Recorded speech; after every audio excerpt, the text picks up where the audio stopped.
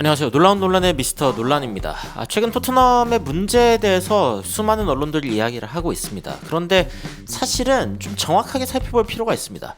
토트넘이 실제로 뭘 잘못했는지, 그리고 가장 중요한 문제가 무엇인지, 어떻게 해야 그 문제를 해결할 수 있는지에 대해서 이제 어떤 분석이 나오고 있는지 봐야 되는데, 그런데 이제 외신에서 이 기사가 굉장히 또 객관적으로 그리고 다양한 지표를 가지고 이야기를 했다는 생각이 듭니다.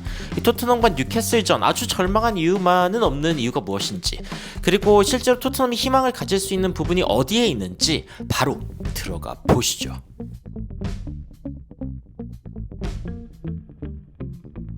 토트넘이 일단 1승 1무 1패를 기록한 상황이죠. 이런 상황 가운데 이제 9월 2024 인터내셔널 브레이크 A매치 기간이 있습니다. 이 상황이 오히려 좀 다행이라고 느껴질 수도 있겠어요. 왜냐면 토트넘의 현재 분위기가 뭐 아주 좋은 상황은 아니기 때문이죠. 이런 상황 가운데 뭐 어린 선수들 리카 긴터, 뭐 애슐리 필립스, RP 디바인, 데인 스칼렛 뭐 이런 선수들이 이제 뭐 U20 같은 데 가는 뭐 이런 이야기도 나오고 있고, 아치그레이도 이제 U21, 오도베르도 이제 프랑스 대 이탈리 네이션즈 리그에 이제 나가게 되고, 그리고 이제 비카리오 우도기가 이제 이탈리아, 미키 반더벤이 네덜란드에 가는 거 이거는 이제 취소가 됐습니다. 반더벤 같은 경우에는 몸 상태가 좋지 않다라고 하면서 이제 지난 경기도 휴식을 했고, 그리고 이제 인터내셔널 브레이크 때도 이제 나가지 못한다라고 이야기를 한 상황이고요. 베르발 클루셉스키가 이제 스웨덴, 비스마가 말리, 그리고 사르, 양민혁 선수와 손흥민 선수가 이제 그 한국과 팔레스타인의 경기, 월드컵 이제 퀄리파이어 경기에 이제 나가게 되고, 그리고 로메로 그리고 카르도소 뭐 등등의 이야기가 이제 나오고 있습니다. 일단 A매치 기간이 온 게 다행인 게, 뭐 아까도 이야기했지만 토트넘이 굉장히 절망적인 상황이기 때문이고, 심지어 이제 이게 새로운 심벌이 돼야 되는 거 아니냐. 안제 포스테코글루 감독이 이제 처참하게 숙인 이런 장면을 이제 따다가 토트넘의 그 닭이랑 이제 바꿨죠. 그러면서 이제 토트넘 허스퍼의 새로운 심벌이다, 뭐 이런 식으로 이제 토트넘 팬들이 이야기하고 있을 정도로 절망스럽게 느껴지는 부분이 있습니다. 하지만 이 상황에 대해서 뭐 아주 나쁘게만 볼 이유는 없습니다. 왜냐면 토트넘이 항상 뉴캐슬 원정을 잘 못했기 때문인데, 근데 이제 그 외신에서도 실제로 토트넘이 이번 경기를 좀 낭비한 부분이 있다라고 이야기하면서 그 날려버린 찬스들에 대해서 이야기를 했습니다. 여기에 뭐 손흥민 선수에 대한 언급도 있는데, 자, 일단 토트넘에 다가오는 경기들이 쉽지가 않습니다. 아스날, 브렌트포드, 그리고 맨유가 다가오고 있죠. 게다가 유로파와 EFL 컵 대회까지 나오고 있는데, 이 대회들을 과연 토트넘이 잘 순항할 수 있을까에 대해서 이제 많은 이야기들이 나오고 있습니다. 토트넘이 9월에 남아있는 경기만 이제 5경기가 된다는 걸 볼 수가 있죠. 토트넘이 뉴캐슬전에 어떤 모습을 보여줬냐? 무려 20개의 슈팅을 기록했고요. 뭐 오른발 13개, 왼발 6개, 헤딩 하나. 보면은 일단 기본적으로 헤딩을 하려고 하지 않는다라는 거를 알 수 있는 부분이고, XG 값은 1.3이었습니다. 그러니까 골 기대 값은 1.3이었기 때문에 한 골을 넣은 게 뭐 처참한 수준은 아닌데, 그런데 이제 두 골을 넣을 만한, 그러니까 빅찬스가 2개 있던 그런 경기이기도 했어서 그런 면에서는 좀 아쉬움이 있습니다. 특히 이제 토트넘은 빅찬스 2개가 있는데 그거를 다 놓쳤고, 그리고 뉴캐슬 같은 경우에는 빅찬스 2개가 있는데 그거를 다 넣었습니다. 거기에서 어떻게 보면은 가장 큰 차이가 발생했다 라고도 볼 수 있겠네요. 그 스탠뮤즈가 어떤 이야기를 하냐면은, 이게 이제 통계인데 토트넘이 이번 시즌에 20개 이상의 슈팅을 하고도 진 첫 번째 팀이다. 그러니까 웬만하면은 슈팅을 많이 한다는 거는 우세에 있다는 걸 뜻하고, 그렇게 우세에 있을 때 보통 이기는데, 게다가 20개 이상의 슈팅을 기록할 정도라면은 거의 뭐 축구 경기가 90분이니까 5분도 안 되는 시간에 한 개씩의 슈팅을 했다는 건데, 그럼에도 불구하고 졌다? 이거는 이제 좀 문제가 있는 거 아니냐? 뭐 이런 이야기들이 나오고 있는 거죠. 실제로 이제 기사를 살펴보면은, 이 솔랑케, 그러니까 6,500만 파운드나 주고 데려온 이 스트라이커가 부상을 당한 게 문제였던 걸까? 아니면은 뭔가 이제 하이 퀄리티 찬스, 그러니까 조금 더 질 좋은 찬스를 만들어내지 못했던 게 문제냐? 뭐 도대체 이 문제의 원인이 무엇인가에 대해서 이제 물어보고 있는 거고, 일단 기본적으로 상대 키퍼가 좀 잘했다라는 점은 일단 짚고 넘어가야 된다. 다만 포스테코글루 감독이 어떤 이야기를 했냐면은, 그런 결정적인 기회가 있을 때 조금 더 나은 어떤 그 디시전 메이킹, 그러니까 어떤 결정을 할지 조금 더 현명한 선택을 할 수 있지 않았을까, 뭐 이런 이야기를 하기도 했고요. 그리고 어떤 때에는 상대방이 뭐 10명의 수비진이 있었기 때문에, 이게 어떤 때라기보다도 기본적으로 5-4 이 라인을 통해서, 그러니까 5명의 수비수와 4명의 미드필더를 배치하는 라인을 통해서 토트넘을 최대한 틀어막으려고 한 그 뉴캐슬의 모습이 뭐 경기 중간에 자주 보였죠. 이런 상황에서 우리가 공격을 꽤 잘했다고 생각을 하는데 근데 가끔씩 우리 포지셔닝이 좀 애매했고 어쨌건 상대방이 좀 힘든 상황일 수 있었는데 우리가 놔줬다 라고 이야기를 하면서 토트넘이 주도권을 이제 골로 만들어내지 못한 부분에 대해서 아쉽다고 했습니다. 그러니까 많은 사람들이 뭐 포스테코글루 감독의 어떤 수비에 대한 부분, 뭐 끊임없이 압박을 하니까 뭐 체력적인 부분 뭐 이런 이야기를 하겠지만 사실 이 포스테코글루 감독의 공격 전술 그리고 이 전술의 어떤 본질에는 골을 넣어야 이긴다. 상대보다 더 많은 골을 넣으면 이긴다. 라고 하는 기본적인 전제가 있는데 그거를 못하고 있는 상황이 문제 상황이다. 라고 포스테코글루 감독이 인식하고 있다는 거죠.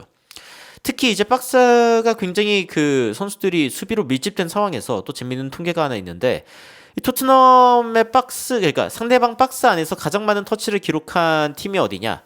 토트넘이 레스터를 상대로 60번 그리고 토트넘이 뉴캐슬을 상대로 49번 그러니까 토트넘이 얼마나 박스 안에서 많은 그 터치를 가져가고 있는가. 이번 시즌에 가장 많은 터치를 기록한 팀이 이 레스터전에서 토트넘이 60번 기록한 게 가장 많은 터치입니다. 상대방 박스 안에서. 웨스트햄전에서 맨시티가 기록한 터치가 57개, 울버햄튼전에서 아스날이 기록한 터치가 50개, 그리고 입스위치와의 경기에서 맨시티가 기록한 그 터치가 49개라는 점을 감안할 때 이 토트넘이 좋은 위치까지 가는 능력은 확실히 좋아졌다라는 걸 알 수 있는 대목이죠. 그런데 문제는 골을 못 넣었다. 그래서 이제 그 애슬레틱에서 몇몇 장면을 좀 주목하는데 이 장면은 또 손흥민 선수가 얽혀 있습니다. 자, 클루셉스키가 일단 비카리오에게 공을 받은 다음에 비수마에게 줍니다. 비수마가 빙글 돌아서 상대 공격 뭐 이렇게 압박이 들어오는 상황에서 잘 버텨내가지고 이제 뒤로 돌아 들어가는 그런 느낌이고 여기에서 이제 다시 달려 들어간 손흥민 선수에게 패스를 합니다. 자, 여기서 이제 손흥민 선수가 앞으로 드리블을 치고 들어갑니다. 왜냐면 앞에 있는 선수들이 이제 그 앞라인을 유지하면서 가고 있기 때문에 손흥민 선수가 이 상대 미드필드 라인과 수비 라인 사이에서 굳이 공을 먼저 이렇게 줄 이유가 없죠. 그러면서 이제 쭉 달려 들어가는데 손흥민 선수 입장에서는 이 상황에서 이제 직접 슈팅을 노려볼만 하니까 이제 슈팅까지 가보는 그런 모습입니다만 이제 애슬레틱지에서는 어떤 이야기를 하냐면은 존슨이 완전 열려있지 않았냐. 이런 상황에서 손흥민 선수가 안 준 게 조금 아쉬웠다라고 이야기를 합니다.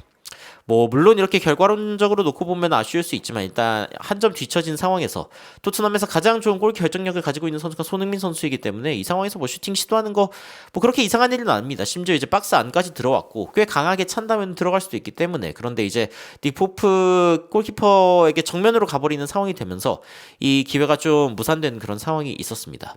물론 끝까지 이제 빈 공간을 유지하고 있는 존슨인데 이거 마치 뭐 상대팀이 존슨은 딱히 신경 쓸 필요 없어라고 생각하듯이 이 손흥민 선수에게 몰려있는 모습을 볼 수가 있죠. 근데 손흥민 선수는 어쨌건 패스 옵션들이 있기는 했다라는 거에 대해서 이제 이야기를 하고 있는 거고 또 다른 공격 기회입니다. 여기서 이제 클루셉스키가 상대방 미드필더인 반스 그리고 기마랑이스를 그대로 이제 그 돌파해내는 장면입니다.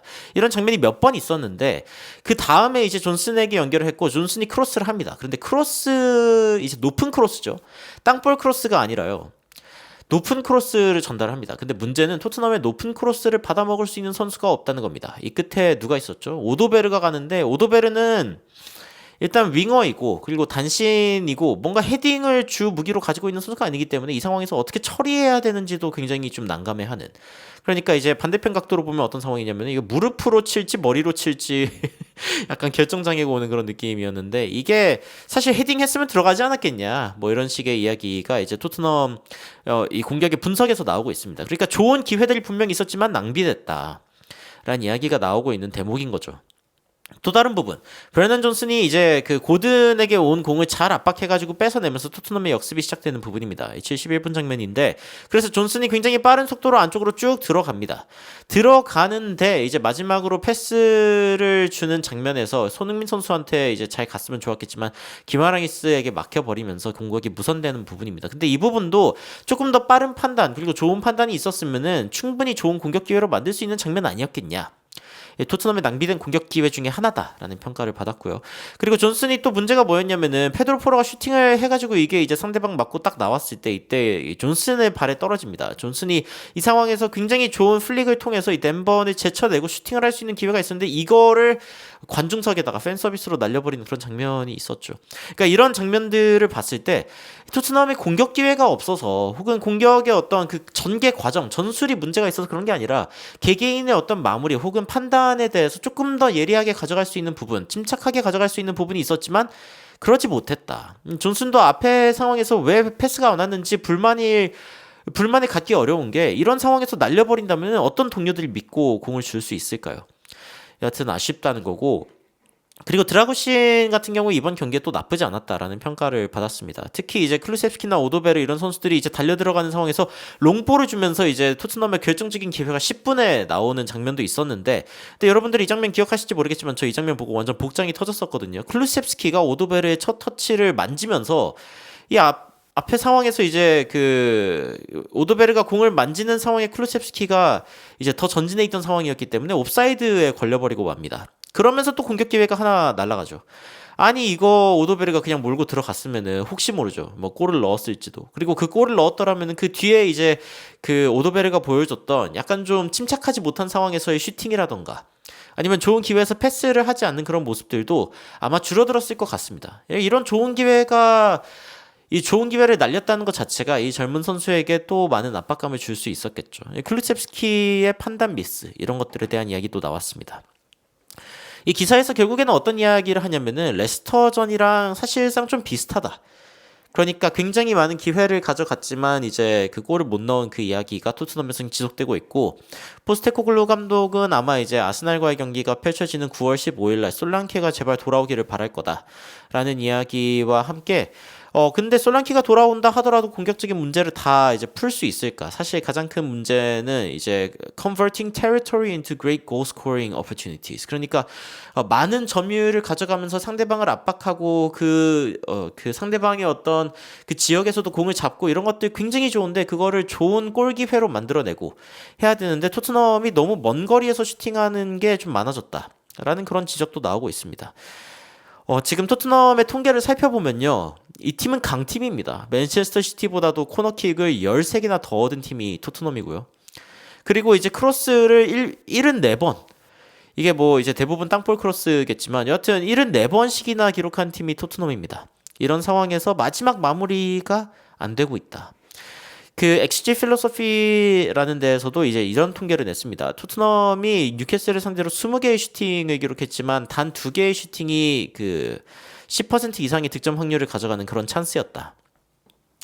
2번의 빅찬스가 있었는데 토트넘이 이제 놓쳤다고 한 게 바로 이 2번의 기회겠죠. 그런데 나머지 기회들은 사실상 너무 이제 어거지로 한 슈팅들이 많았다거나 아니면 이 슈팅 찬스가 그렇게 좋지 않은 경우들이 많았다라는 이야기들도 나오고 있습니다. 근데 제가 이렇게 쭉 살펴봤을 때 토트넘에 대한 비판들이 많이 나오고 있지만요. 이 통계적으로 살펴봤을 때 토트넘은 공격을 풀어가는 부분에 있어서는 분명히 발전한 부분이 있고 마지막에 이 마무리를 어떻게 할 것인가 그리고 손발을 맞춰가는 이 마지막에 어떤 정교함이 조금 더 필요한 상황이다 라고 보여집니다. 여러분들은 이 기사를 보시면서 어떤 생각이 드셨는지 굉장히 궁금한데 저는 이 기사를 보면서 이 토트넘의 어떤 공격 전술이 조금 더 손발이 맞기 시작하면은 분명히 더 나은 결과를 낼 거고 그렇게 된다면은 토트넘이 현재 보여주고 있는 어떤 수비적인 문제들에 대한 어떤 포커스가 분명히 줄어들 것이다. 토트넘은 상대방이 한 골 넣으면 2골 넣고 2골 넣으면 3골 넣을 수 있는 팀이 분명 될 것 같다라는 생각이 듭니다. 그게 아마 토트넘의 희망이겠죠. 물론 이렇게 희망찬 어떤 그 전망을 하는 거에 대해서 많은 분들이 너무 포스테코글루 감독의 편을 드는 거 아니냐라고 이야기하시는 분들도 있지만 이 전술에 대한 믿음이 아니라면은 토트넘이 지금 성공할 수 있는 방법이 없다라고 생각을 하고 지금 당장 와가지고 이 전술을 바꿀 수 있는 방법도 없습니다. 그렇기 때문에 이번 시즌에는 안제 포스테코글루 감독이 원하는 그 전술을 완성하는 것이 결국에는 그러니까 상대방보다 더 많은 득점을 해가지고 경기를 이기는 플랜을 성공시키는 것이 토트넘의 유일한 성공의 방식이다. 다시 말해서 내뺄 수 없다라는 생각이 듭니다. 여러분들은 현재 토트넘을 보시면서 어떤 생각이 드시는지 굉장히 궁금합니다. 여러분들 댓글로 의견 남겨주시면 더욱 재밌고 또 관련 있는 소식들로 여러분들 찾아뵙도록 하겠습니다. 이상 놀라운 논란 미스터 논란이었습니다. 시청해주셔서 감사합니다. You are my sunshine, my only sunshine. You make me happy, home and away. And when it's pouring, you keep on scoring. So please don't take my Sony away.